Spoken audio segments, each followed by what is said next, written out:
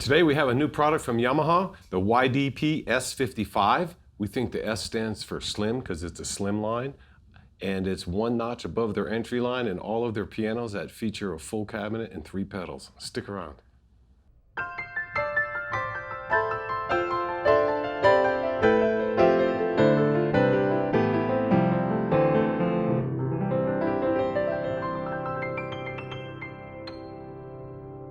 Hi, this is Ted with Alamo Music Center in beautiful downtown San Antonio, Texas. I'm Patrick Marr. You can find us online at alamomusic.com.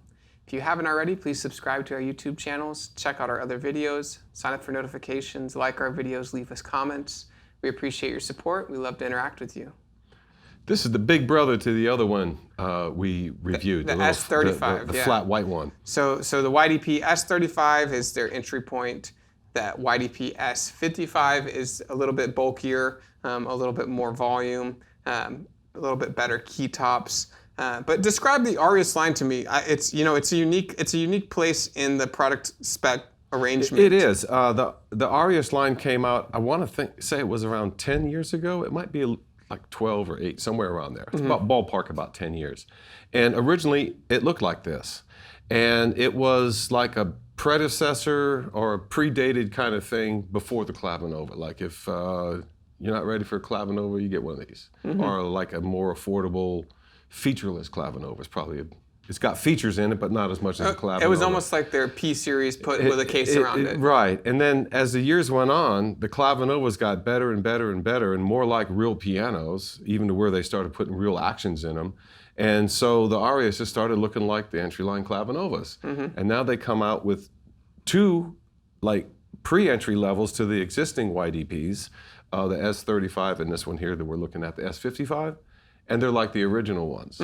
And I think I mentioned before, I liked the original design because the first day we had them on the floor, I sold one to a guy that was going off to college. He needed a desk for his dorm, and then he also needed some kind of keyboard to practice on. And he found both of those things in the original Arius from way back when. Even came back years later, bought another piano, but told me that was one of the most functional, useful things he had all through his college. Well, and this one has a couple feature upgrades, of course, from the originals, but it's kind of nice because when you have this, you can close it. It's got the soft close lid, very boxy. So, I know the original ones had the slide out cover and you'd slide it out and it was, pretty flat, but this is really aimed at being kind of a flat surface, very modern, very, boxy. It looks neat and trim when you're not using it. Exactly, and so you can put your laptop on it when you're working, write on it, and it fit great in an apartment, in a dorm room, in a small room where you have other things that you need to display and have. So it's really just a nice.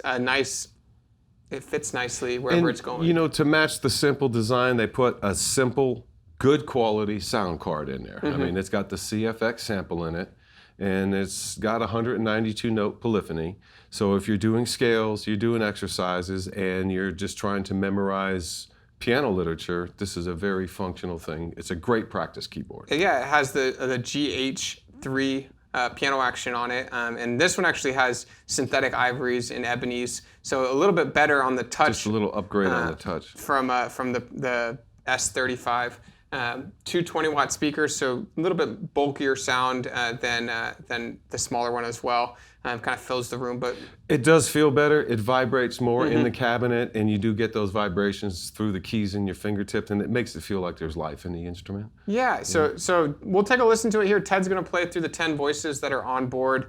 Start with that CFX sound, and I think there's 3 piano sounds. We'll go through those, and then continue through all 10 voices. But let's take a listen to the YDP S55.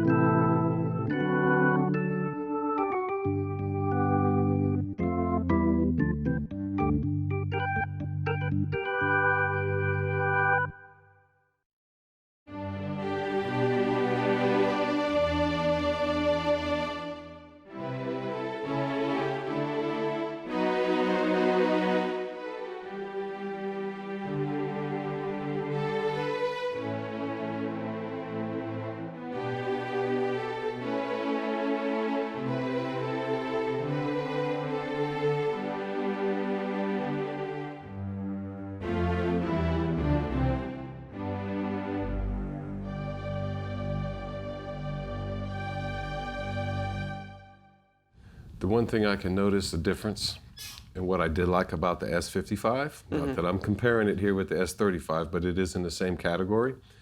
I like the harpsichord playing on this thing better.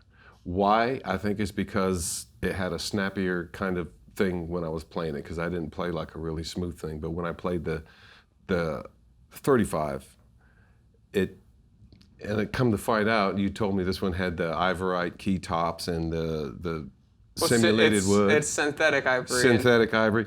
And there's a key release feature on this one that the other one doesn't have. Yeah, so this one does have a key release. And I didn't notice it until you mentioned it. It's like, that's what was different on the harpsichord. And so, CFX sound is great piano sound. You said you like the third voice of pianos a little bit more. I did, but then again, in all fairness, when we unplugged it, remember when you're playing it, it's plugged in, there's wires coming out of it, so you don't really get the feedback, and you're not listening to it through the speakers. I'm hearing it through the monitors. Through the monitors, the third piano was my favorite.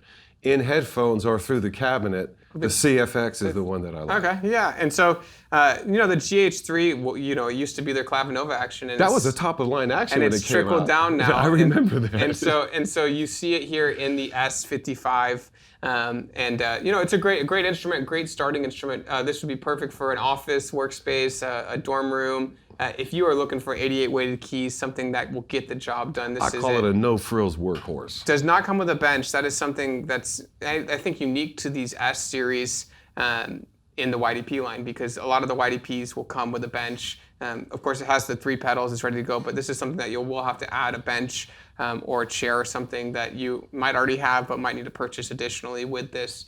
Usually the YDPs are ready to go out of the box. You don't need to add a bench or anything that comes with it. Headphone jacks, 192 note polyphony, 2 20-watt speakers. So, when it is in the room when you're playing it, it does have a little bit more of that depth and volume, whereas the S35 pushes more. Is a little bit weaker. But we're going to compare the two. We'll do a video where we compare the differences between the two. This one does come in black, does come in white, so you can get different finishes on it. But really just, a standard YDP from Yamaha. It's something that you can grow with, 5-year warranty on it. It's definitely, quality Yamaha product, as, most of the Yamaha products are known for.